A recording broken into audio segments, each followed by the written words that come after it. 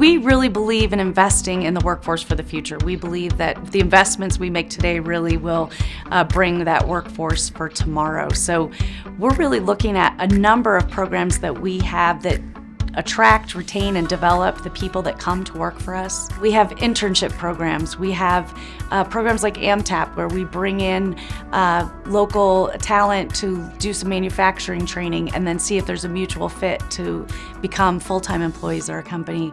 So there's a number of programs that we have that really enable us to attract talent, to develop that talent, and to make sure that we're creating a vibrant workforce to meet our customers' missions. I think the idea of a state led by the business community focusing in on underutilized populations and those undertapped resources is huge.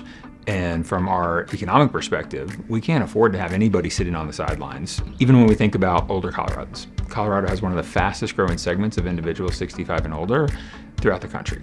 And also a large percentage of that group who says not only do they want to continue working, but they may need to continue working from an economic standpoint. The idea that a huge percentage of jobs haven't even been created yet, that our economy will need in the next 5 years, means that we have to support everybody to be lifelong learners, to have an agile thinking mindset of saying, how can I understand technology with the knowledge that almost every job is going to be tech-enabled in some way. In academics, we are frequently challenged to create what we call common sense pathways. This idea that no matter who you are, especially first generation students, learners are able to walk through a predetermined path that is understandable. And so I think that in the same way, we would only hope that the work of the Colorado Business Roundtable is helping to create seamless paths towards immigration, certainly to meet the needs of not only our workforce partners, but our communities as a whole. There are a lot of people in our state who currently are not included, not employed, not participating in our society, and it's extremely important to me, and I think it's important to our roundtable and to people in business and in the public sector to make sure that as many people as are currently not being included are included. We've worked with the Governor's Office and the Colorado Department of Labor and Employment to identify where there are workforce gaps. Where do we need workers, and where are employers having a hard time finding people with skills? Then we try to provide programs that provide those skills, and they don't need to be full degrees. They're often short-term credentials, but that's what's in demand in healthcare, first responders, law enforcement, firefighters, construction, IT. Those are the areas where it is difficult to find skilled workers, and that's something we can provide.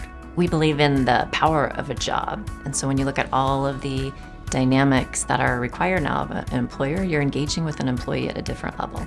So it's not just pay and benefits, you're looking at all these other support services around an individual that can take care of them with challenges that are just real life that are impacting work, that can be counseling, career pathing, even to simple services of transportation, providing for not only their children, but maybe caring for their parents. There's just these new dynamics that are coming into the workforce. We have to invest in our homegrown talent and focusing again on those in-demand jobs where the needs are and connect employers with those learners and make sure that there's a pathway for all. When we speak of dignity of work, I would be remiss if I didn't also include those that could be left behind, and there are many. We have a digital divide.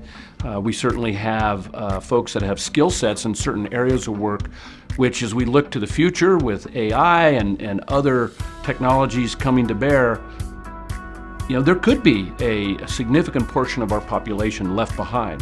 And I think when we think about workforce and we think about the future, we need to figure out how to incorporate that group of folks. A huge conversation that we've been having more recently is, what does Gen Z need from leadership? How can we support leaders, the next generation? What do you need the workforce to look like where you can thrive, feel safe, psychologically safe, to show up to work and contribute at 100%? We want to advance educational opportunities across people from disadvantaged backgrounds. We want to support programs that lift people out of poverty and get them on the economic ladder so they can live lives like you and I. And we involve military organizations that are returning veterans coming out of the military that sometimes have a struggle with reentry. We also hire a lot of people coming out of prisons. They had a rough start in life, but they shouldn't be written off. We need them in our workforce. We need them working for a better future for themselves, for their families, and for our company. We're excited that we've pulled together such tremendous partners from academia, business, community, and government as part of Colorado Business Roundtable, and we invite you to join us.